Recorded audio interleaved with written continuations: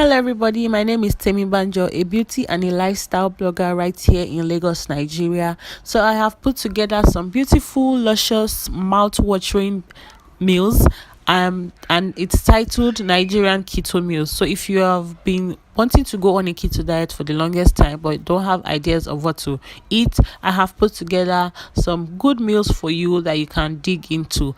And if you haven't subscribed to my channel, please consider subscribing and hit the notification bell like symbol so you always get a notification whenever I upload new videos. So keep watching to see how I achieve all these meals.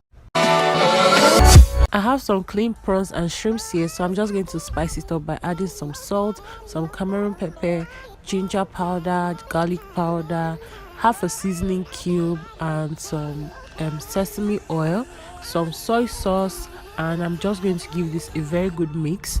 So I have my hot pan here. I'm going to add my shrimps and my prawns into my hot pan for it to fry. This doesn't take long to cook at all. That's why I prefer this to chicken or beef. So we're just going to turn this around till it's done. See how creamy and golden it looks. I have here bama mayonnaise, some cheese, lettuce, and my prawns. I'm just going to add a generous amount of mayonnaise to my prawns and shrimps and give this a good mix also until I am satisfied with the outcome.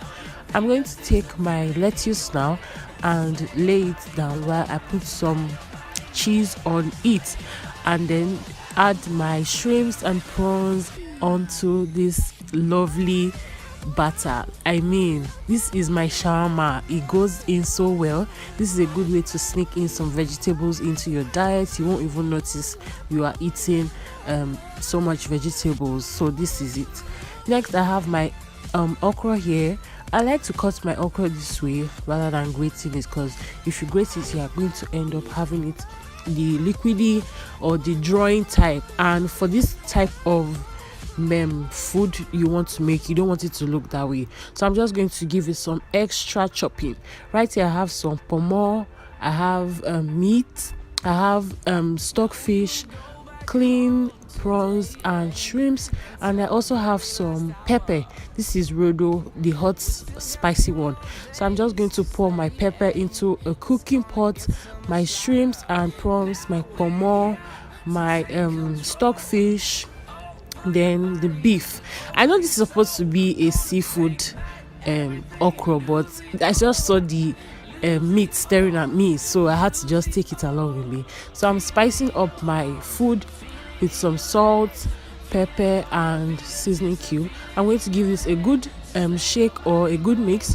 I added some water to it to cook, and now I'm adding the chopped okra to the mixture. So I'm just going to mix this up all together so there's a perfect balance, and let it cook. Now you can add, or I am adding, palm oil generously to this seafood okra and giving this a good mix. You can go in with your palm oil as much as you want, because this is a keto diet. You can't do too much with fat. So this is a good zoom at what my seafood okra looks like. I mean, once you eat this, you feel like you're in heaven. So see the beauty of my seafood okra. You can't tell me this won't go down well. That's why I prefer chopping your okra rather than grating. Feel free to dig into your seafood okra. Now I have my clean catfish, some pepper soup spice, Cameroon pepper, salt, and some grated pepper, and also 2 seasoning cubes. Into this water, I'm going to add my pepper soup spice. I'm going to add my pepper and salt and my seasoning cube into the boiling water and cover this up for it to boil. Once it's boiled, I'll go in with my catfish. I like going in with the head first so it gets soaked in properly, and add the remaining fish into my pepper soup spice. I'm just going to cover this up and leave it to cook. So you can do this with chicken, turkey, or beef, but I prefer using fish because it digests really quick. I was so lazy to get some saint leaf, so I'm just spraying or sprinkling some parsley on my catfish pepper soup. So this is what my meal looks like. Next, I'm going to go in with some almond flour or almond powder, a teaspoon of baking powder, half a cup of vanilla, half a teaspoon of salt, and 3 large eggs, and some coconut oil. You can use butter if you want, and some pepper because you're a bad girl.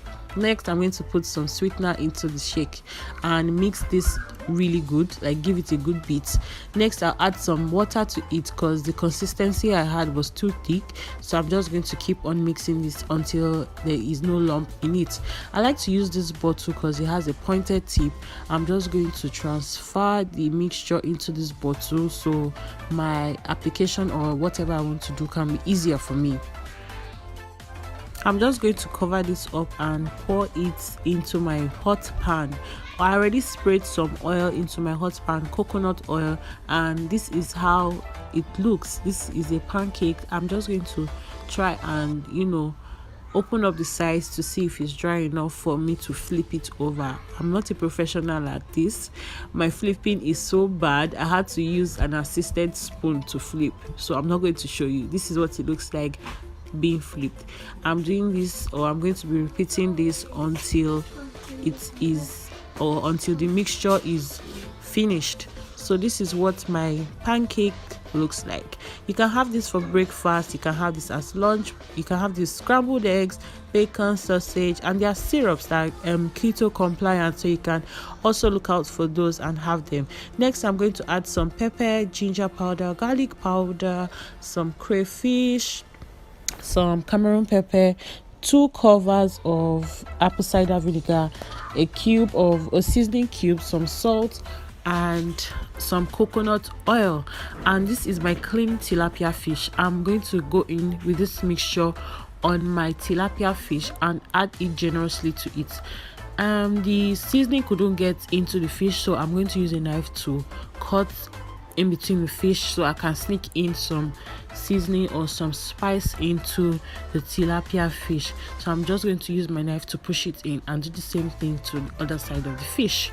So yeah, this is me taking in some spice into my fish, and I'm just going to continue to do this and onto the next fish until I am satisfied with the covering or with the spread I have. This is the next fish I have here, and I did the same thing to it, and I'm just going to put that in the oven. So this is what it looks like. This is so nice. You can have this as lunch, you can have this as brunch. Whenever you're hungry, just eat it in between your meals and you'll be fine. This goes in well. So next, I have my eggplant, these two here, and I'm going to dice it up into smaller bits. You can make them smaller than this, you can make them bigger than this. It totally depends on your preference, but this is how I like to dice mine. I'm just going to transfer this into a pot and add some water for it to boil. So after I add water, I'm going to put this on the fire to boil, and this is what it looks like having been boiled. Next, I'm going to blend it up, then pour it back into the pot. Next, I'm going to be adding some psyllium husk, also known as a binder.